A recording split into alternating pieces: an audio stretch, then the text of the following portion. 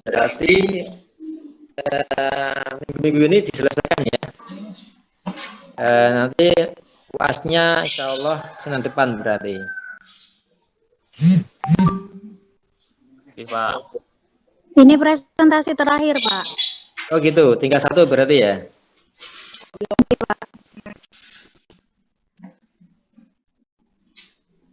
Oke, kita mulai ya. Assalamualaikum warahmatullahi wabarakatuh. Waalaikumsalam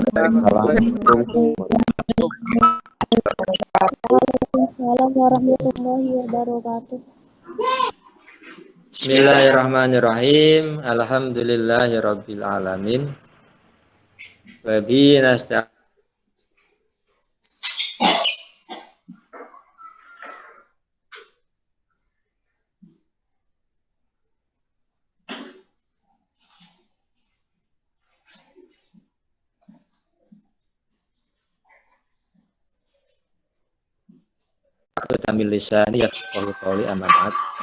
Alhamdulillah pada kesempatan pagi hari ini kita bisa bertatap muka walaupun dalam suasana virtual ya.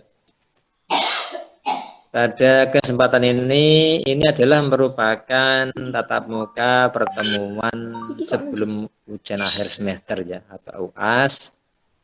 Kita sudah mengadakan 3 kali ini. Jadi sebelum awal-awal dulu pertemuan ini namanya pertemuan sinkron gini ya, sinkron itu tatap muka walaupun virtual sinkron. Jadi tidak minimal itu 1 semester tatap muka sinkron itu 3 kali, yaitu awal ketika pertemuan untuk menyampaikan materi-materi, yang kedua pertemuan sebelum UTS, dan yang ketiga pertemuan setelah UAS.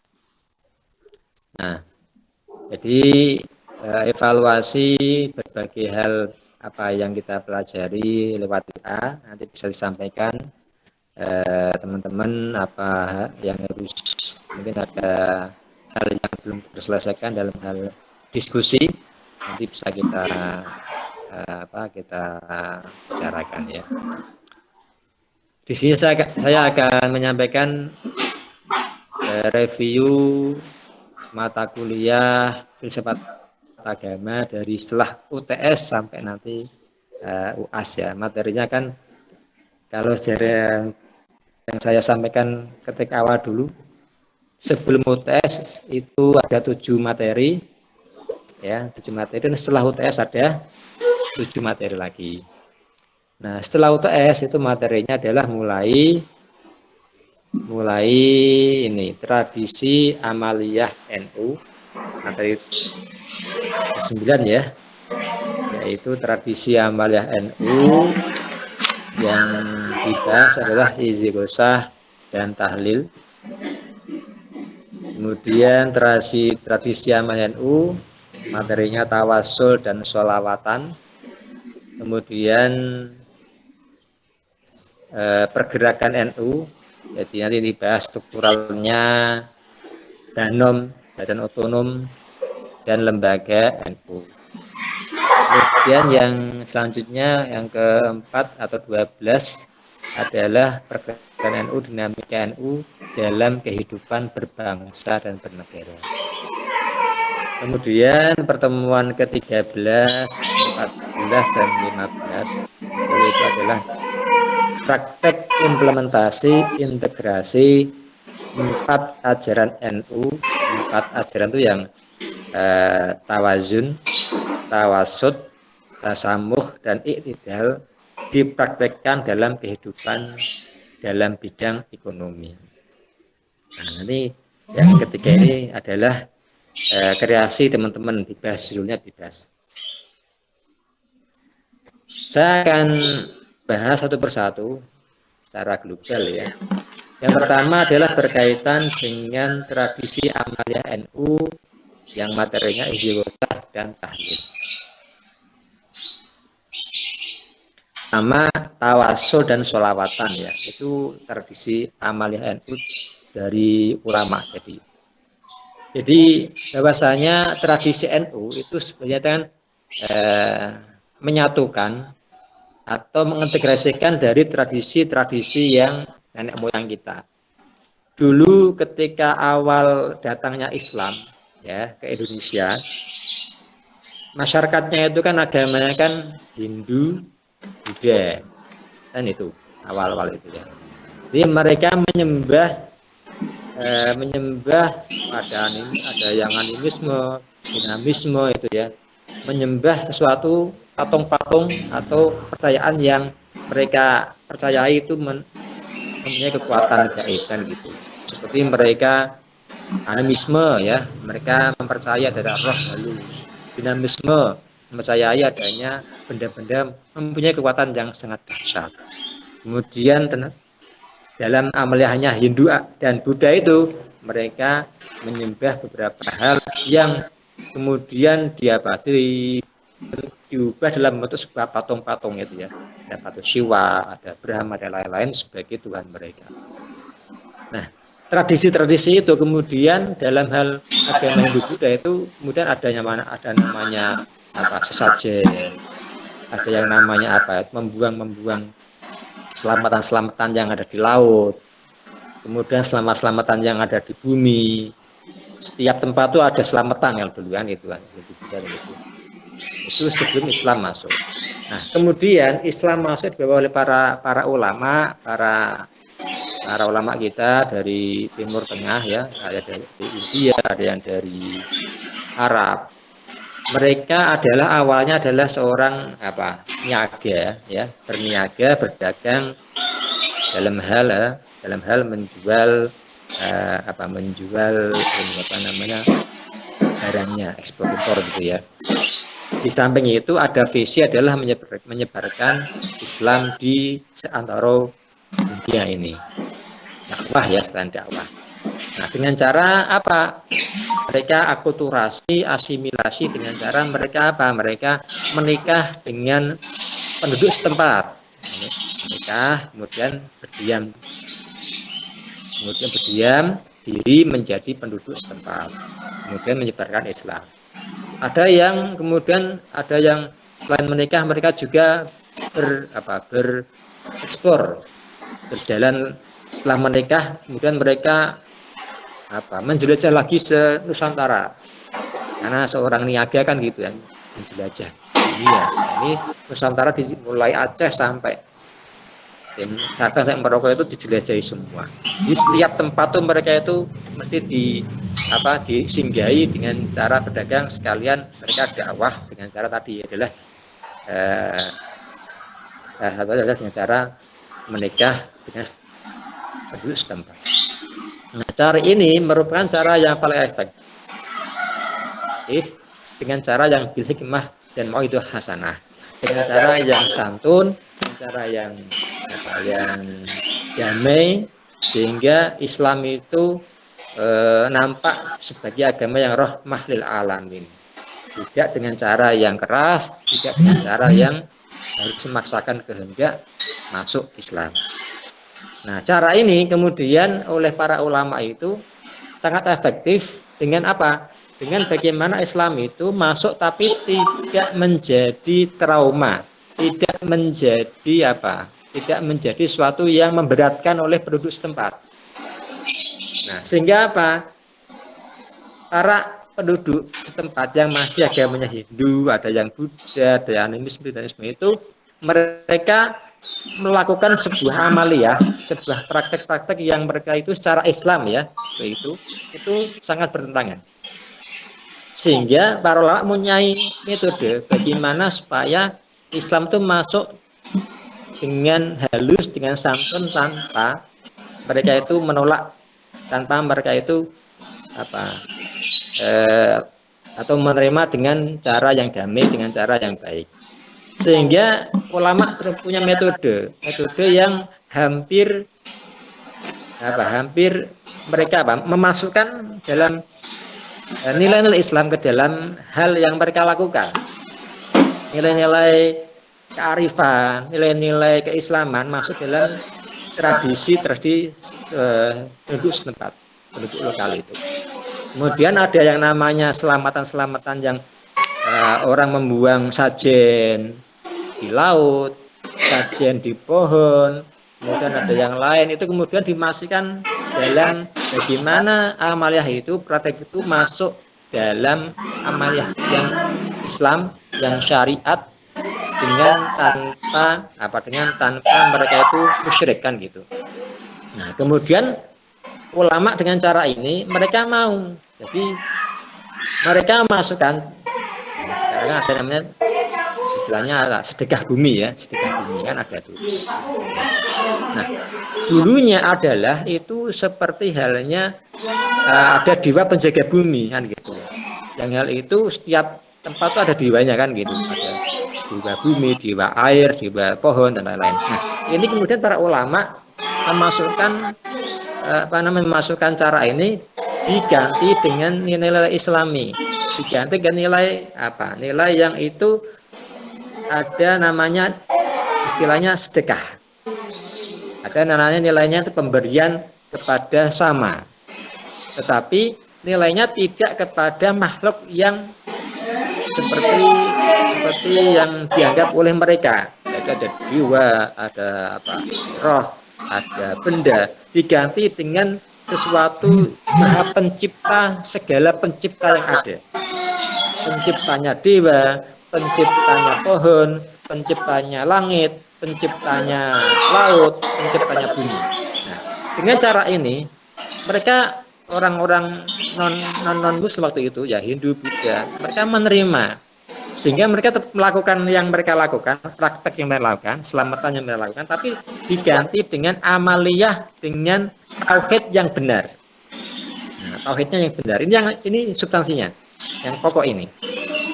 Jadi inilah yang kenapa Islam sangat cepat berkembang, tumbuh di bumi Nusantara dengan cara mengikuti tradisi penduduk lokal.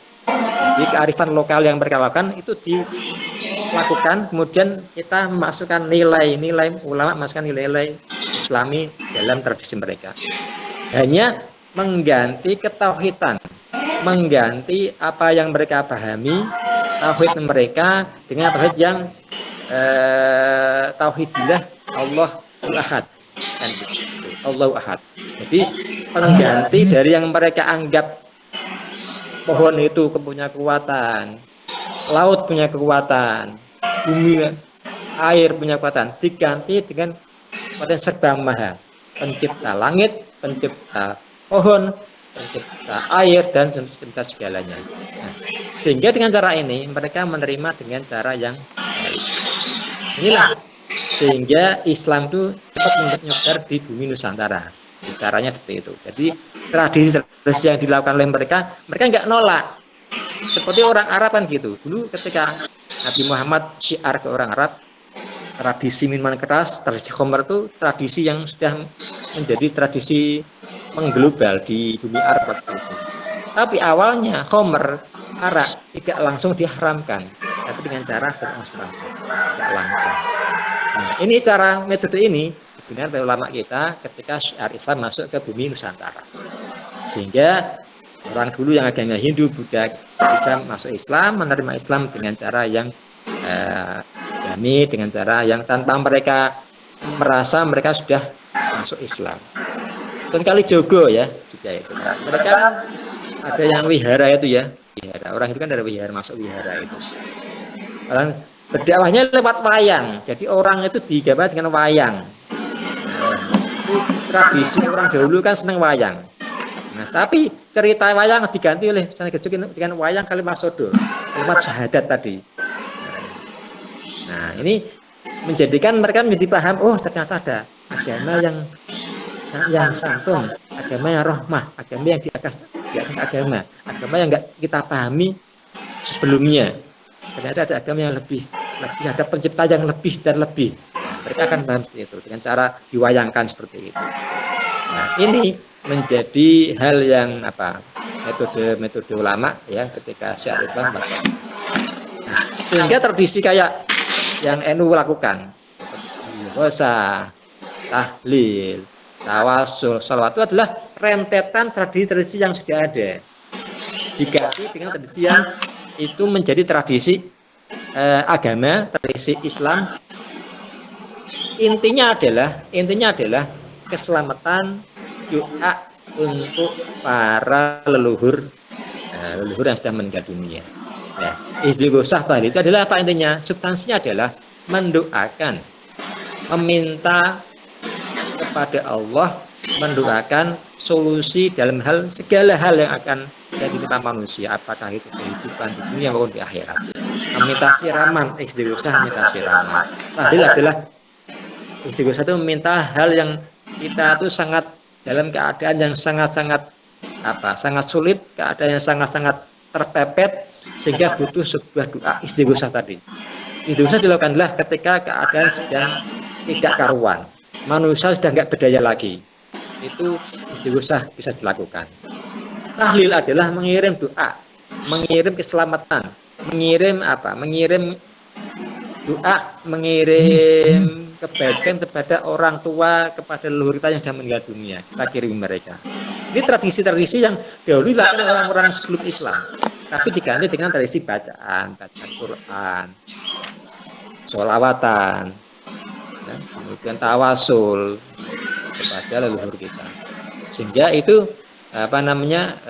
mendoakan kepada yang sudah meninggal atau yang masih hidup untuk kesehatan, untuk kelancaran semuanya. Itu adalah substansi dari istighosah, tahlil, tawasul, sholawatan. Tradisi yang sudah ada sebelumnya, ini runtutan ya, tradisi itu, kemudian diturunkan tradisi yang baru-baru ini oleh ulama sangat banyak.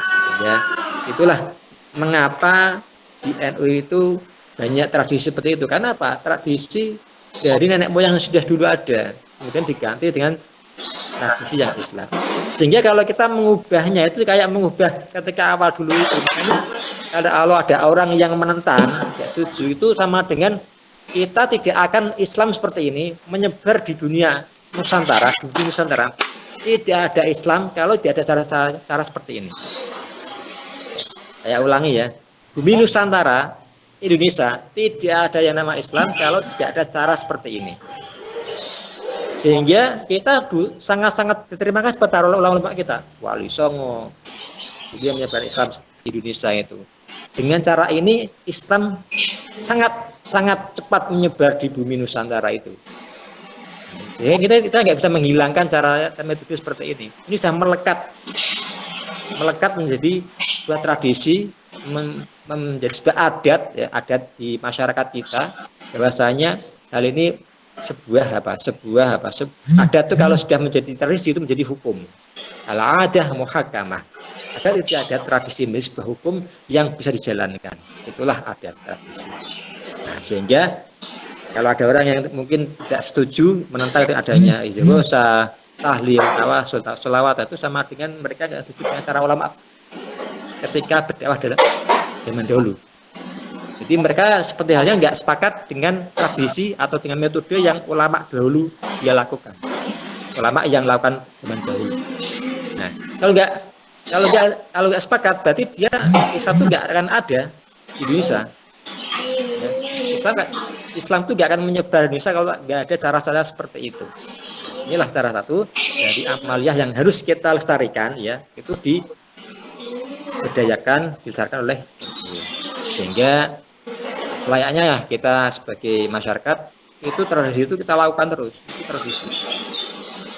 Dan itu pun tidak menyalahi agama, malah menjadi pedoman, menjadi sebuah tuntutan agama untuk melaksanakannya. Kan istighosah kan bacanya Quran juga, tahlil juga Quran juga, tawasul juga ada Quran yang sholawatan.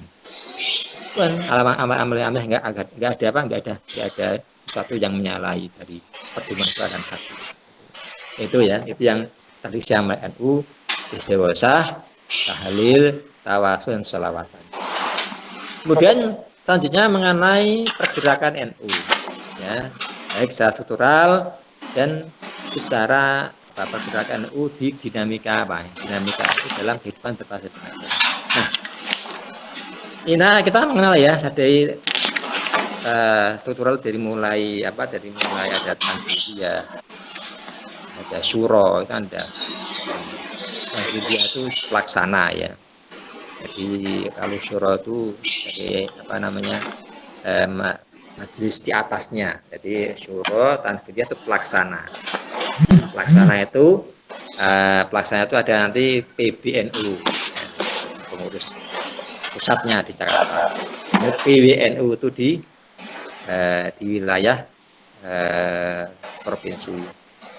Bawahnya lagi PBNU, PWNU, kecamatan, PCNU. Kemudian bawahnya lagi di desa, kabupaten ya, kabupaten PCNU. Kemudian di kecamatan MWCNU. Kemudian di desanya ranting.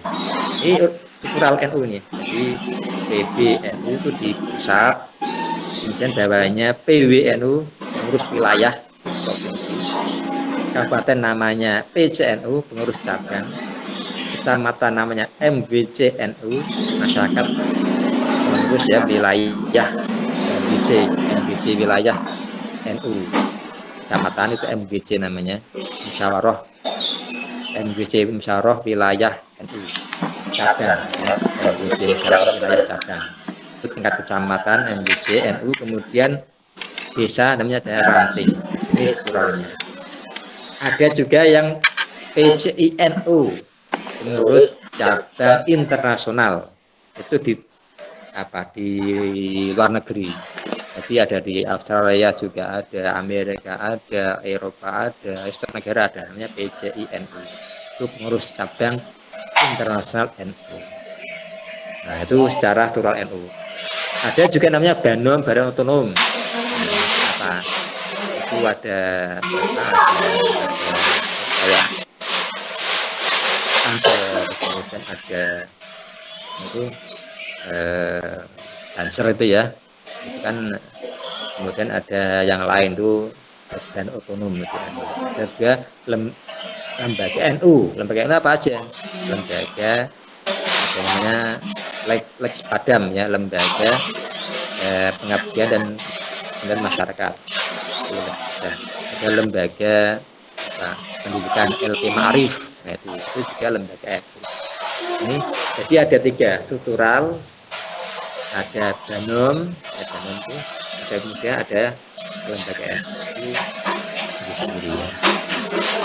Makanya pernah saya share tuh ya, strukturnya itu ya. Kemudian untuk pergerakan NU dari mulai tahun 1926 ya begini ya. Jadi NU itu merupakan awalnya ya, ketika zaman jajahan itu kan pernah menjadi partai politik ya.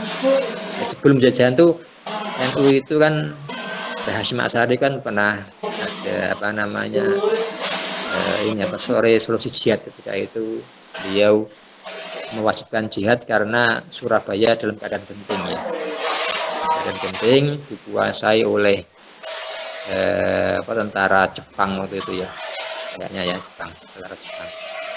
Nah, kemudian di ultimatum oleh tentara Jepang itu, wahai masyarakat Surabaya, dalam waktu seminggu 7 hari kalian harus menyerahkan senjata, menyerahkan apa yang kalian punya ke kami.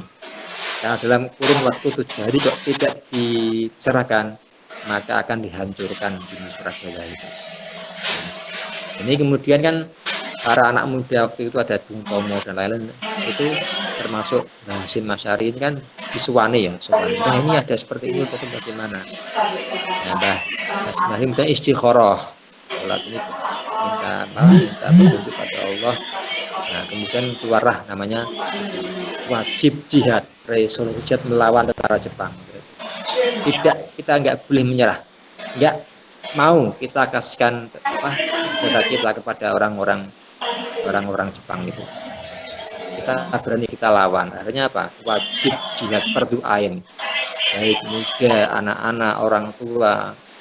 Itulah kemudian yang menjadi awal mula jihad diwajibkan ya. Kemudian tidak dari Surabaya juga, dari Jawa Tengah, dari Jawa Barat, dari Sumatera, Kalimantan, akhirnya datang semuanya ke Surabaya menyerang. Kewajiban jihad nanti datang. Itu yang merupakan awal kali perjuangan dari Hasyim Asy'ari istilahnya pergerakan NU ketika dengan penjajahan. Ini sangat-sangat kontribusinya sangat luar biasa.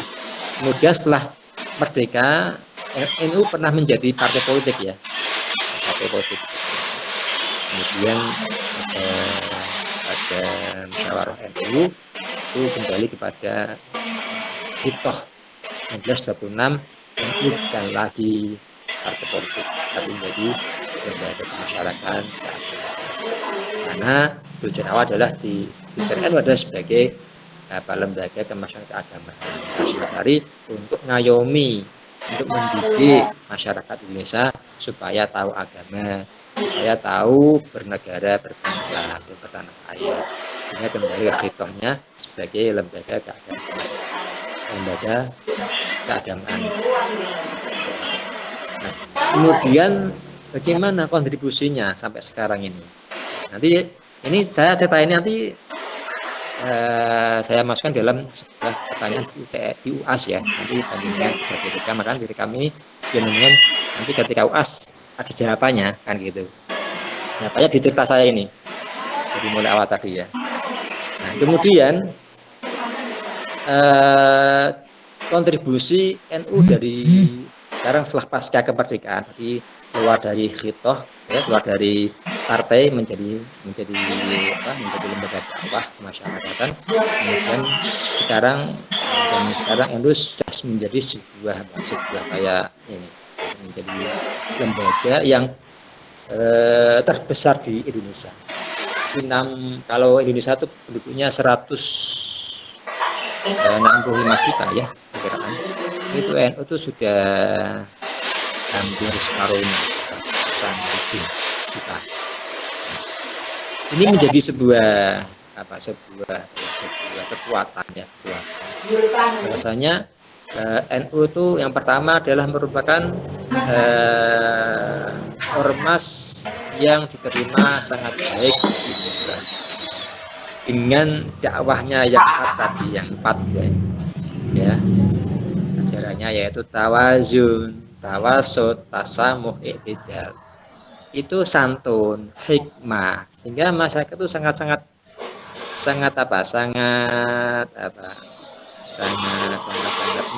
bisa menerima. Jadi mereka sangat nyaman dengan di NU ya, nyaman. Jadi pegangannya kan Imam Syafi'i ya. Syafi'i itu kan moderat.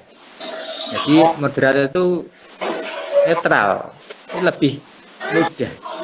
Tidak, orangnya enggak orang-orang yang ekstrim atau orang-orang yang super ekstrim. Jadi netral itu santai, seikhlasnya kan gitu, santai apa adanya. Tapi walaupun tetapi tetap ada ikhtiar yang kuat, yang usaha. Tapi tetap ada ketawakan yang sangat tinggi kepada Allah.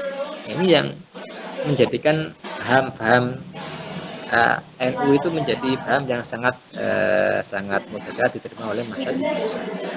Nah, kemudian sekarang keikutsertaan NU dalam membangun negara mewarnai dalam hal pendidikan, membangun karakter yang istiqomah, karakter yang berakhlak mulia, yang punya jiwa yang empat tadi ya, jiwa yang tawazun, tawasud, tasamuh. Sehingga kontribusinya sekarang banyak lembaga masyarakat. Jadi mulai ada Ma'arif itu punya, mulai ada MI, SD, MTS, SMP, kemudian SMK, SMA Aliyah sampai perguruan tinggi itu sampai ada LPTN lembaga pendidikan tinggi NU juga ada Ma'arif ya. Kemudian ada lembaga keuangan, ada ini namanya Koperasi Simpan Pinjam Kemudian Syariah KSPPS NU.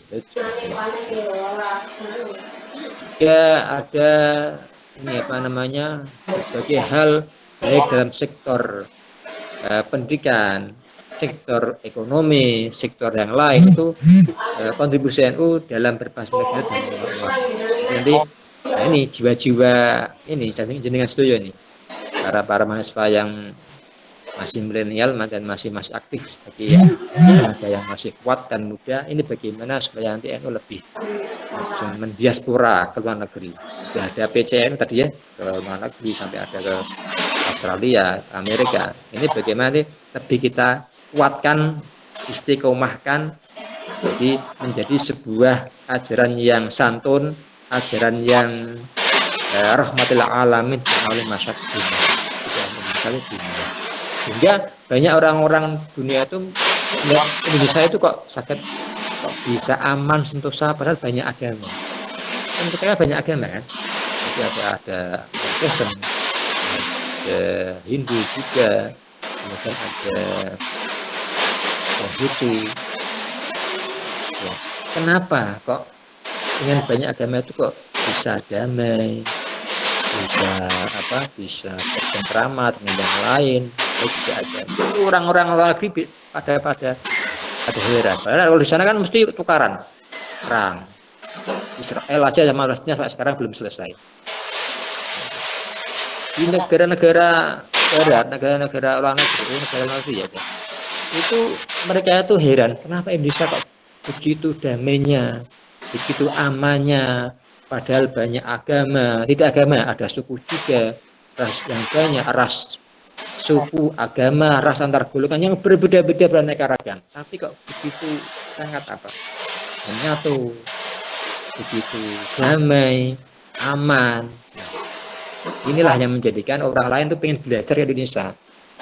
Itu ada apanya, ada perkatnya tuh apa? Begitu damai, begitu aman. Nah, mereka pada belajar kayak Indonesia. Orang-orang itu Timur Tengah pada belajar juga. Memahami egaliter ya, memahami semua itu sama, itu mereka pada heran. Nah, inilah bagaimana sebagai kita manusia ya, mahasiswa yang ini, bagaimana menjaga keutuhan, menjaga damai ini sampai kita akhir hayat, negara yang besar, negara yang disegani oleh itu yang ke-13 ya. Kemudian 13, 14, 15 ini integrasi nilai 4 tadi dipraktekkan dalam sebuah ekonomi. Jadi nilai-nilai tawazu, nilai tawasul, tasamuh dan itidal bagaimana dipraktekkan dalam bidang ekonomi. Itu kan makalah terakhir ya, makalah yang terakhir kan 3 itu kan makalah terakhir. Nah, saya akan beri contoh begini. Jadi gini. Ini ngomong bidang 4 masuk dalam ekonomi. Contoh begini. Yang pertama tawazun. Tawazun itu adalah kalau dalam ekonomi kita mengenal equilibrium ya. Mungkin yang sudah belajar ini ada belajar ini ekonomi mikro ya. Ada namanya pasar konsumen. Ada yang namanya pasar produsen. Ada yang namanya keseimbangan pasar. Kan gitu. Nah, ada teori permintaan, ada teori penawaran. Nah, teori permintaan itu teorinya para pembeli. Jadi kalau ketika harga naik, maka permintaan turun. Kalau harga turun, permintaan naik, kan gitu teorinya. Nah, singkat ya, belajar teori ekonomi mikro satu ayat ya, kalau nggak salah ya. Nah, contoh begini, kalau harganya itu naik, harga mahal, maka para konsumen nggak mau beli kan mahal. Nah, maka permintaan turun.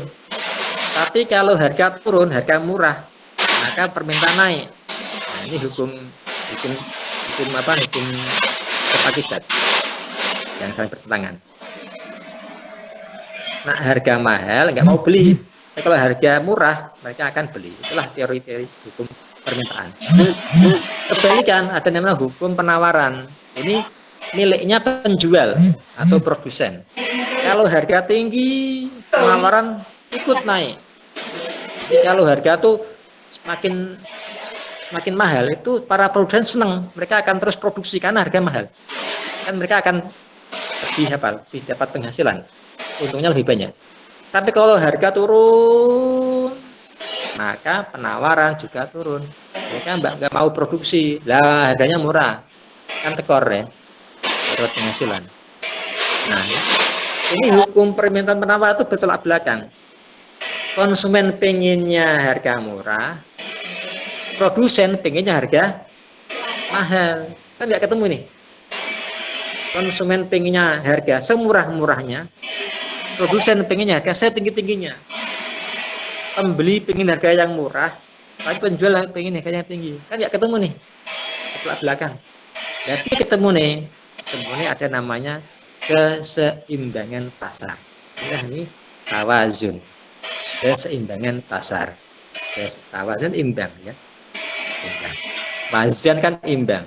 Nah, bertemunya seorang penjual pembeli terjadi namanya ikhtiar, namanya khiyar tadi. Khiyar kalau kita ya mungkin di pasar ya, kita mau beli apalah barang, kan kita tawar menawar tuh.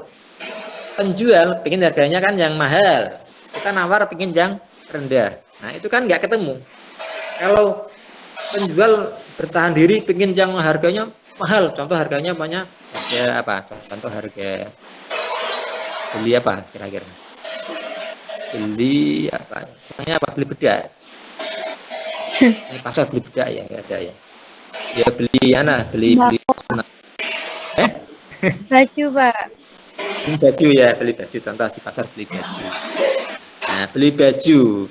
Nah, jenengan sedoyo mintanya harganya ini, contoh apa, beli baju apa namanya, baju apa nah, yang perma tuh. Gamis ya. Gamis harganya, penjual harganya minta 200.000. Nah, jenengan nawar buat 150 atau 100 kan gitu. Harganya murah, terus 50 atau 100 kan gitu. Penawar gini. Nah, jadi penjual pengennya terus netek 200 terus. Lah, kalian pengennya 100 terus kan nggak ketemu nih. Ya kan ketemu kan gitu. Ini hukum permintaannya pengennya rendah. Penawarnya pengennya tinggi. Ya kan nggak ketemu. Nah, tawazun itu adalah mempertemukan caranya supaya ada kesepakatan harga, keseimbangan harga. Inilah tawazun dalam namanya khiyar tadi, tawar menawar. Tawazun.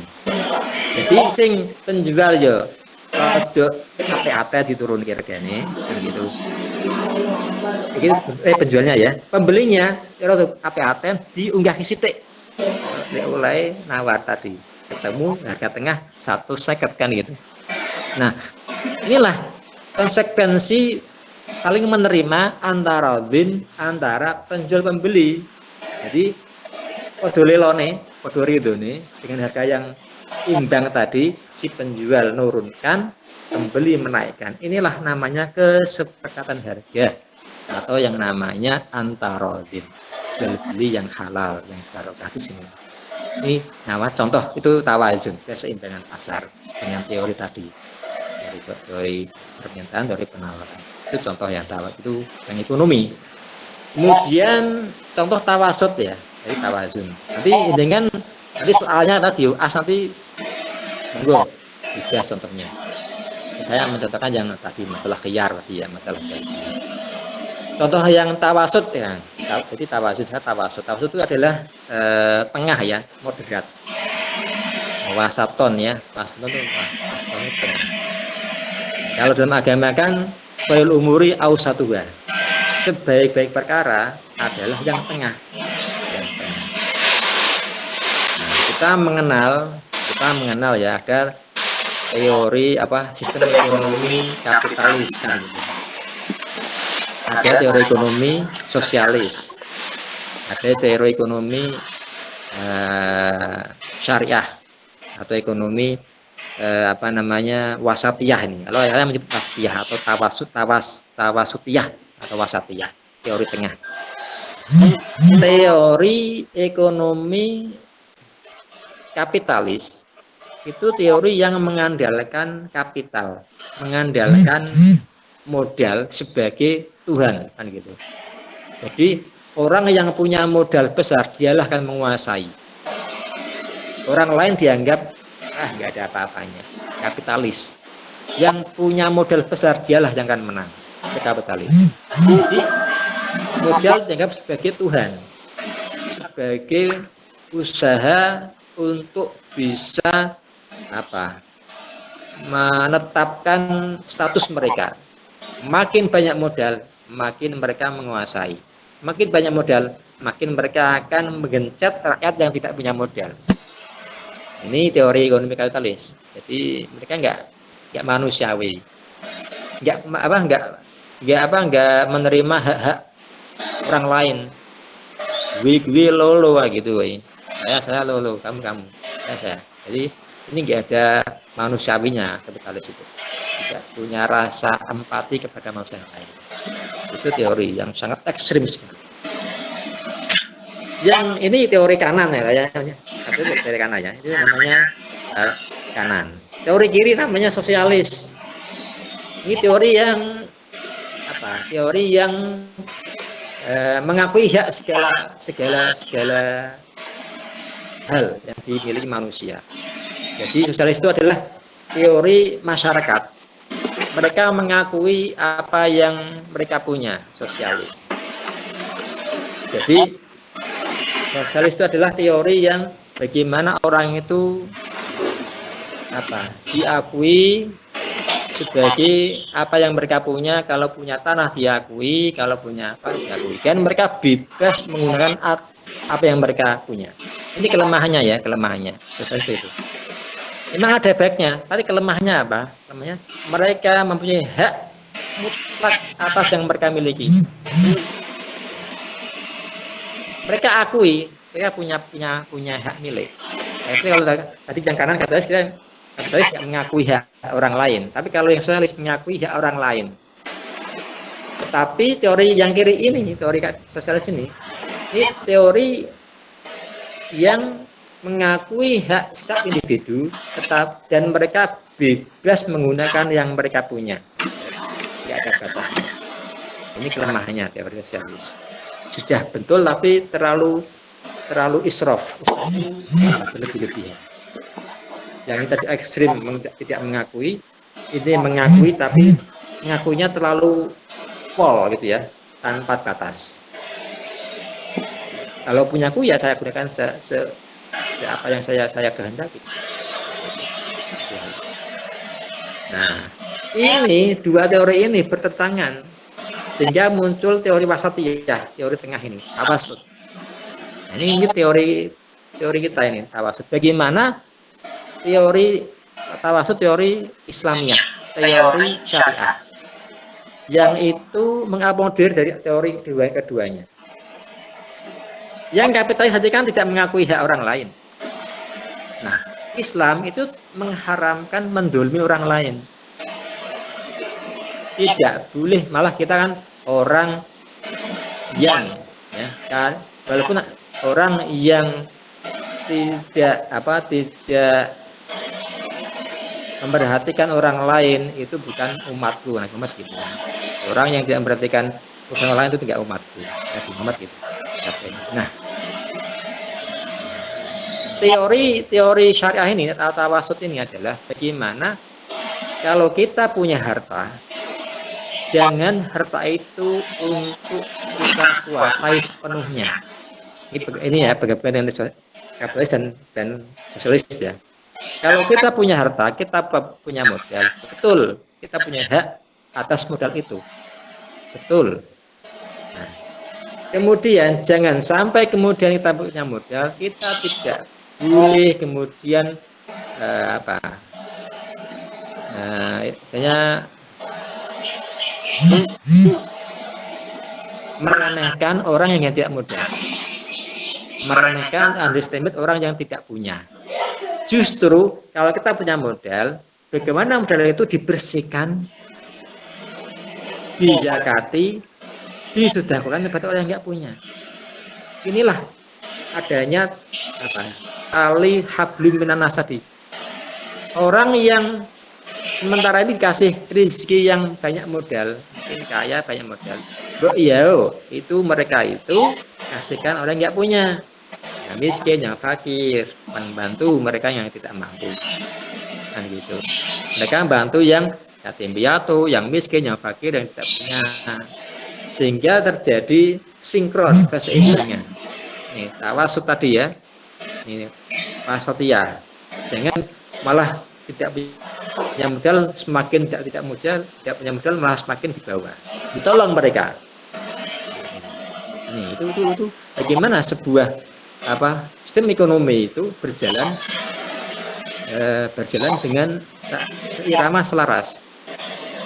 Quran mengatakan kailayakuna dulatan balaganya minggum. Jangan sampai sebuah modal itu beredar di antara orang kaya saja. Jangan sampai itu modal kayak tadi kapitalis ya, hanya beredar orang-orang yang punya konglomerat saja, di atas saja beredar nggur tok, di bawah tidak beredar. Ini kan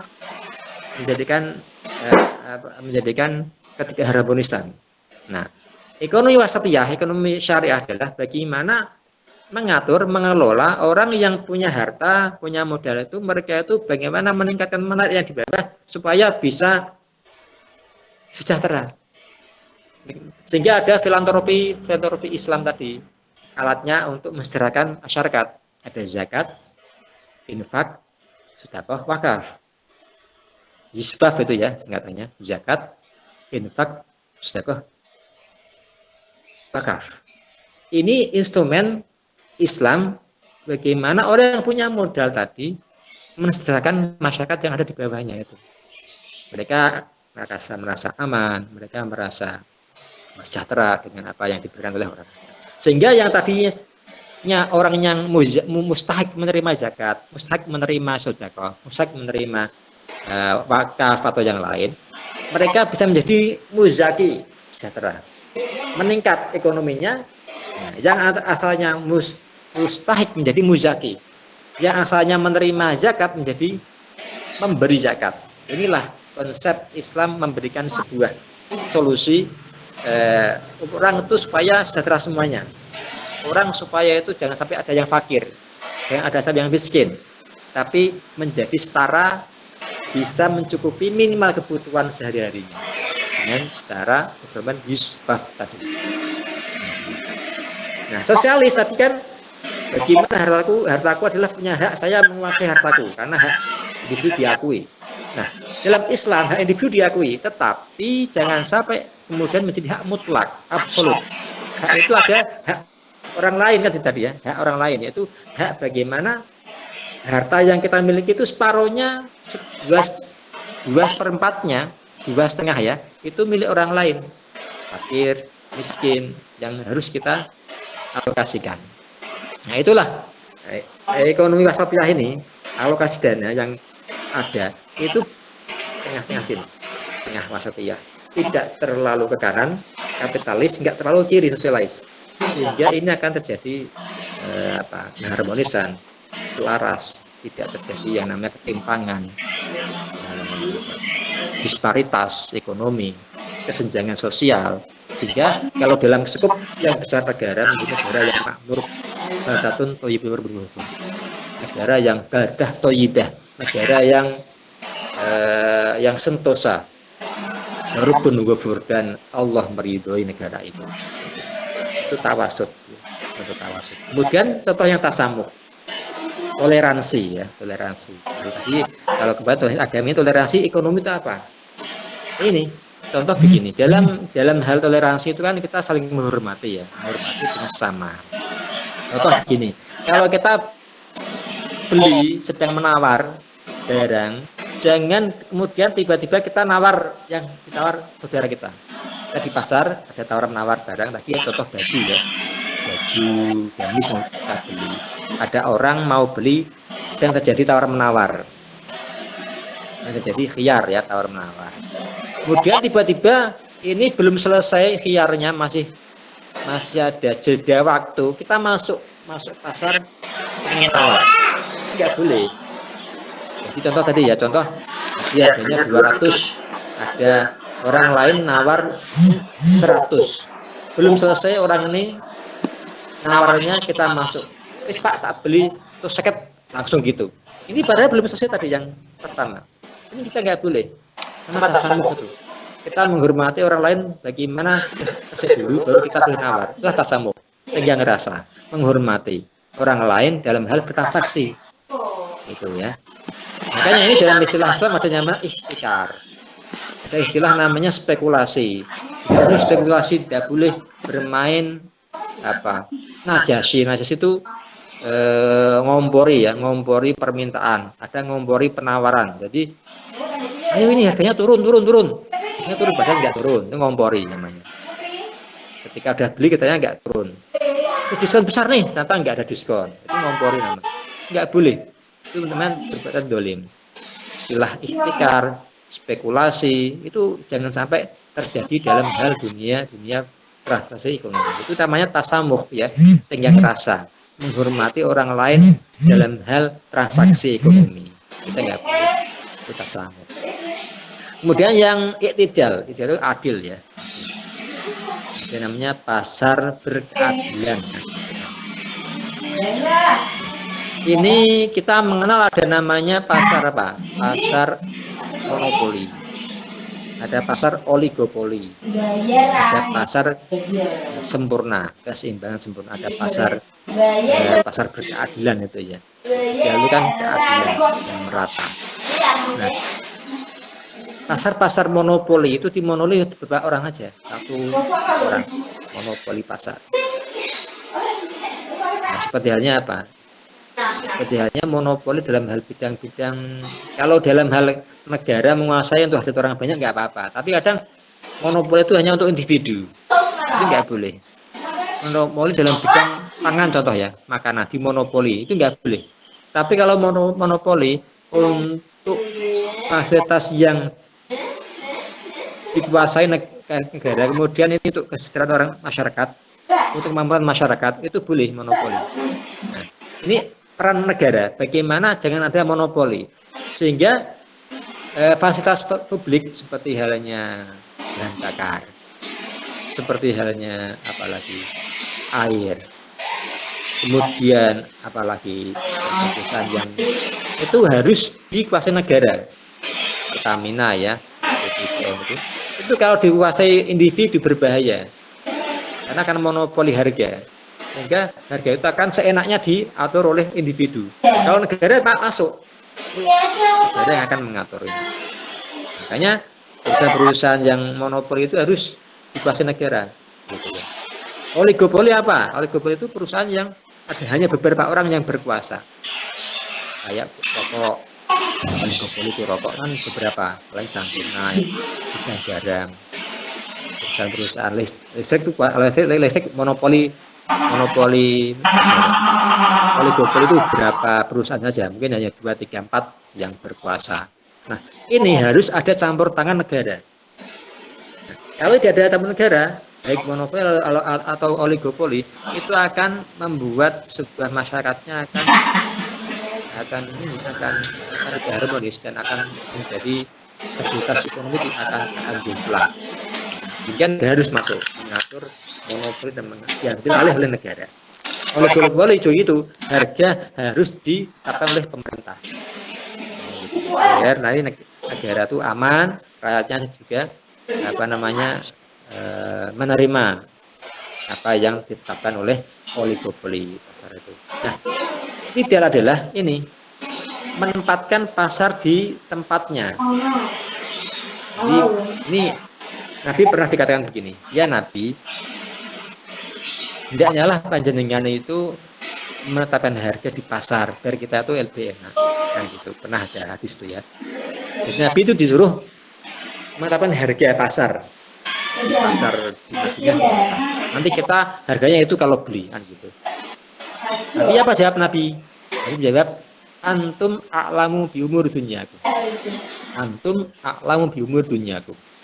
Engkau lebih tahu urusan duniamu daripada saya. Artinya apa?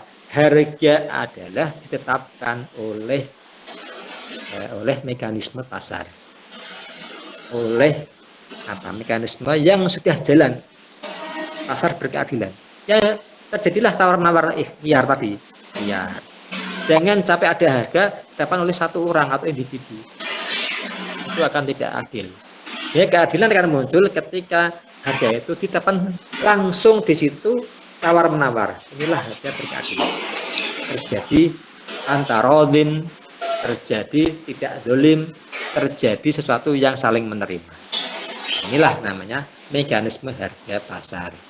Sehingga pasar berkeadilan ini adalah pasar yang diterima oleh masyarakat semuanya.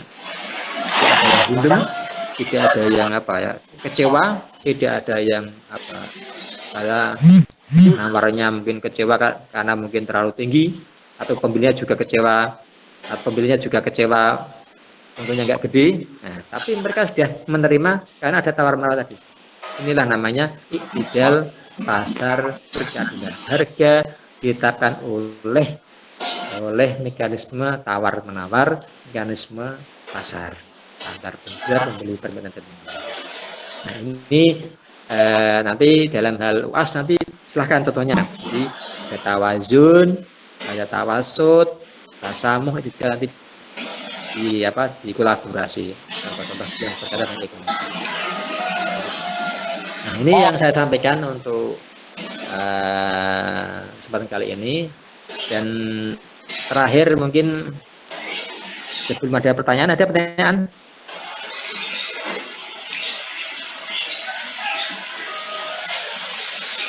Saya Pak mau bertanya Pak.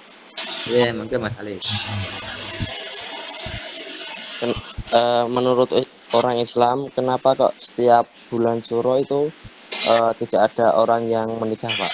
Terima kasih Pak. Itu pertanyaannya Pak.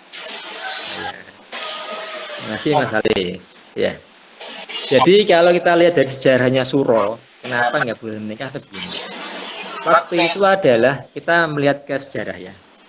Waktu itu zamannya Ali bin Abi Thalib, anaknya Hasan bin Husain, itu kan ada perang. Ada perang di mana Hasan Husain itu terbunuh. Itu terjadi pada bulan Syuro, 10 Syuro. Terbunuh. Kemudian terbunuhnya itu enggak bunuhnya perangan. Membunuhnya itu karena saking mereka dendamnya, itu orang yang membunuh itu membunuhnya sampai awalnya badannya itu di tua itu ya. Mutilasi. Jadi sudah mati itu masih dikoyak-koyak.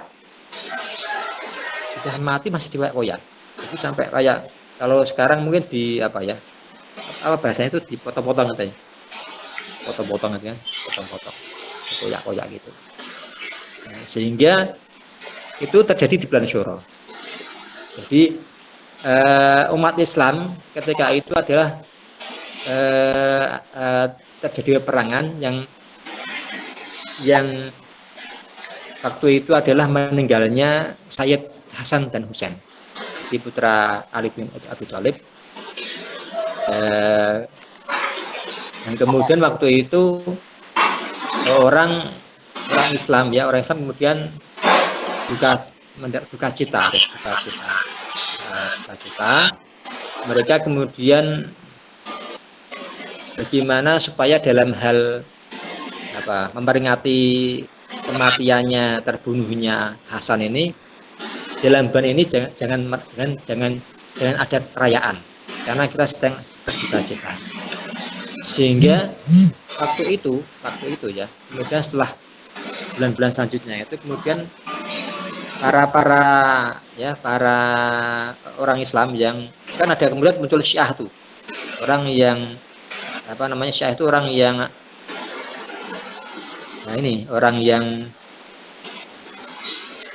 mengagungkan Ali bin Abi Thalib dan keluarganya. Dia mengangkat, jadi mengagungkan Ali, ada orang Syiah itu. Itu kalau di Iran ketika bulan Syuro tanggal 10 itu mereka merayakannya dengan mereka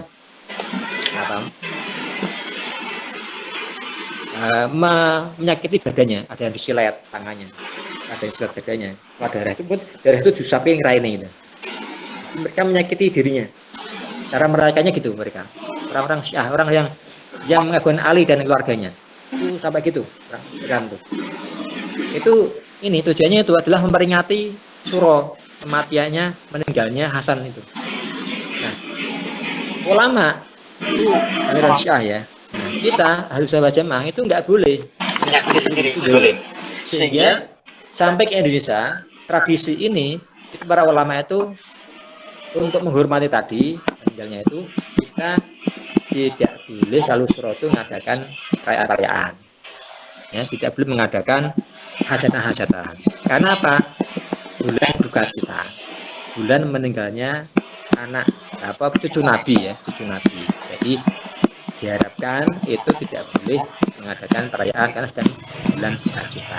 Itu asbabun nuzulnya, asbabun nuzul. Jadi sebab-sebab kenapa Suro itu tidak boleh mengadakan sesuatu yang punya perayaan. Seneng-seneng itu tadi memperingati meninggalnya cucunya Nabi Muhammad Hasan karena meninggalnya pas ketika perang itu. Tapi toh walaupun umpamanya ini terpaksa diadakan sih nggak apa-apa, itu kan apa namanya, ini hanya sebuah sesuatu yang sudah menjadi adat kita.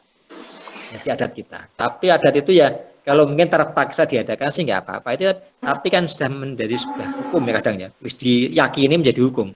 Karena kalau nak melakukan malah ada apa-apa nih, ada malah itu tapi itu tadi sejarahnya. Jadi kenapa Suro tidak ada perayaan, nggak boleh nikah, nggak boleh hajat yang lain? Karena apa? Karena tadi itu memperingati meninggalnya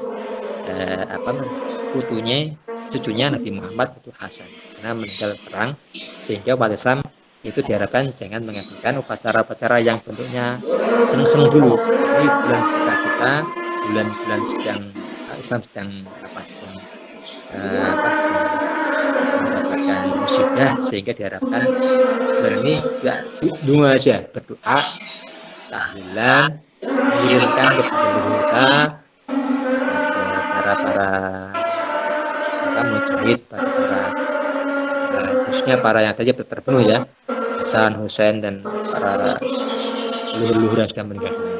Itu harapannya seperti itu. Jadi kenapa kok nggak ada ya itu tadi, karena bulan duka cita, bulan menghormati kematiannya, meninggalnya cucunya. Itu Mas Ali. Terima kasih Pak atas penjelasannya Pak. Yang lain mungkin ada? Saya sampaikan kisi-kisi UAS-nya.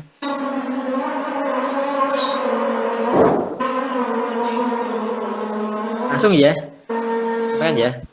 Iya Pak. Yang pertama nanti tadi pokoknya tujuan direkam ben kalian bisa jawabannya ada saya sampaikan.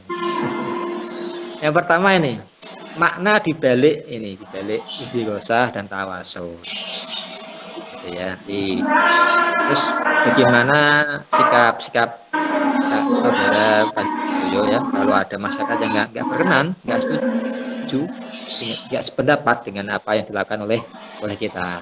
Itu yang pertama. Jadi makna dibalik amaliyah NU dan sikap kita orang yang tidak setuju, nggak sependapat. Yang pertama. Yang kedua ini berkaitan dengan struktural NU dan tugas pokoknya panjenengan jelaskan ya. Jadi struktural NU tadi tugasnya, fungsinya itu yang kedua. Kemudian yang ketiga ini kiprah NU sebelum masa kemerdekaan atau masa penjajahan ya. Kiprahnya sebelum masa penjajahan, pas masa penjajahan ya, dan masa pasca kemerdekaan dan sekarang. Jadi masa sebelum kemerdekaan penjajahan, kemudian masa pasca kemerdekaan sampai sekarang. Kiprahnya. Kemudian yang keempat adalah berkaitan dengan tadi ini yang empat dan ada tiga tadi praktek yang berkaitan dengan praktek 4 ajaran aswaja tadi ya, satu tawazun, tawasud, tasamuh, i'tidal. Itu dikaitkan dengan praktek ilmu ekonomi. Nanti saya bagi, ini ada 3. Nomor 4 ada 3 pertanyaan. Prakteknya dalam ilmu ekonomi. Yang pertama. Yang kedua, prakteknya dalam ilmu manajemen. Kan ada ekonomi umum, ada ekonomi manajemen. Yang ketiga, praktek dalam kepemimpinan. Nah, 3 ini. Dalam ini seorang direktur ya, perusahaan, dia punya jiwa tawazun, tawasud, tasamuh, itidal. Saya ulangi ya, yang keempat ya. Yang keempat tuh praktek 4 ajaran dalam ilmu ekonomi. Yang kedua dalam ilmu manajemen. Manajemen berarti pengolahan ya, pengolahan sebuah lingkungan perusahaan. Manajemen ada 4 ya, planning, organizing, operating, dan controlling. Yang ketiga adalah ini, praktek seorang manajer tadi. Pemimpin, Pak.